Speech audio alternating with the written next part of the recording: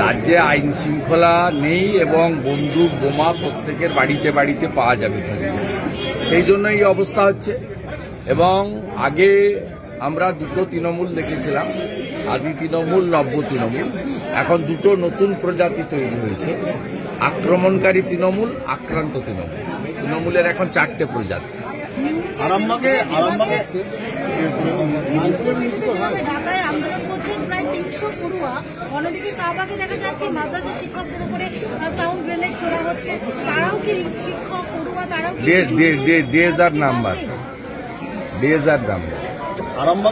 দেখতে থাকুন, পালাবে বেটা।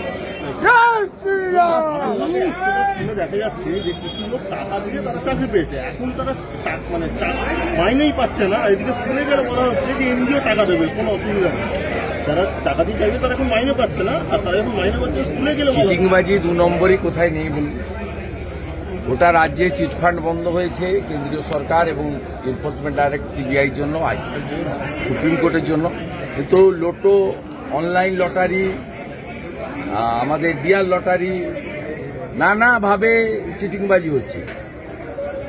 এসসি সার্টিফিকেট ফলস হচ্ছে, নন এসটিরা এসটি সার্টিফিকেট বের করে নিচ্ছে, রূপশ্রীর কার্ড ছাপিয়ে বিয়ের টাকা নিয়ে চলে যাচ্ছে, একজনের টাকা আরেকজনের ব্যাংক অ্যাকাউন্টে পাঠিয়ে দিচ্ছে, মাইনরিটি স্কলারশিপের টাকা চুরি হচ্ছে। কোথায় হচ্ছে না জায়গাটা নাম বলি, গোটা রাজ্যটাই এটা প্রাতিষ্ঠানিক দুর্নীতিতে ভরে গেছে। এর কারণ হচ্ছে এখানকার সরকার নিজে দুর্নীতি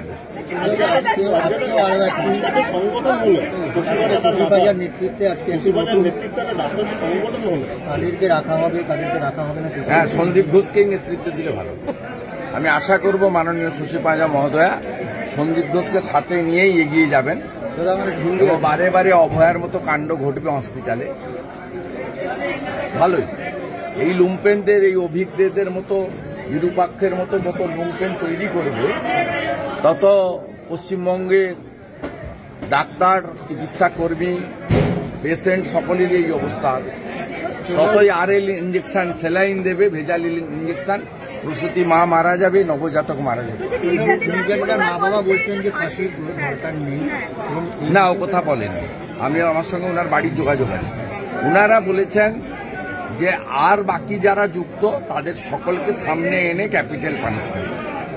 উনি পানিশমেন্ট চান সঞ্জয় রায়, তা নিয়ে কোনো দ্বিমত নেই, কনফিউজ করার কোনো কারণ নেই।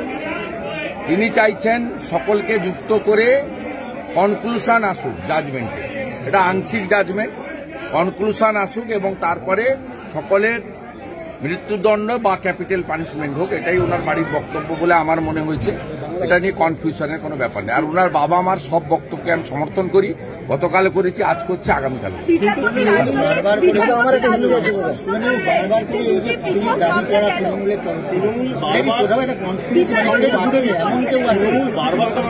আক্রমণ করছে, আর একজন নেতা তো বলছে যে এরপরে তো সঞ্জয়কে দেখতেও যাবে, বাবা মা সঙ্গে ফল নিয়ে যাবে, পুষ্টিকর।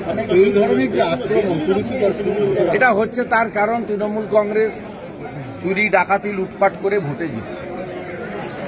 আপনি এখানে যত মানুষকে দেখেছেন ধর্মীয় প্রোগ্রামে, রাজনীতির প্রোগ্রাম হলে আসতে পারবে না। পুলিশের ভয় আছে, কাউন্সিলরের ভয় আছে, সর্বত্র একটা ভয়ের পরিবেশ আছে।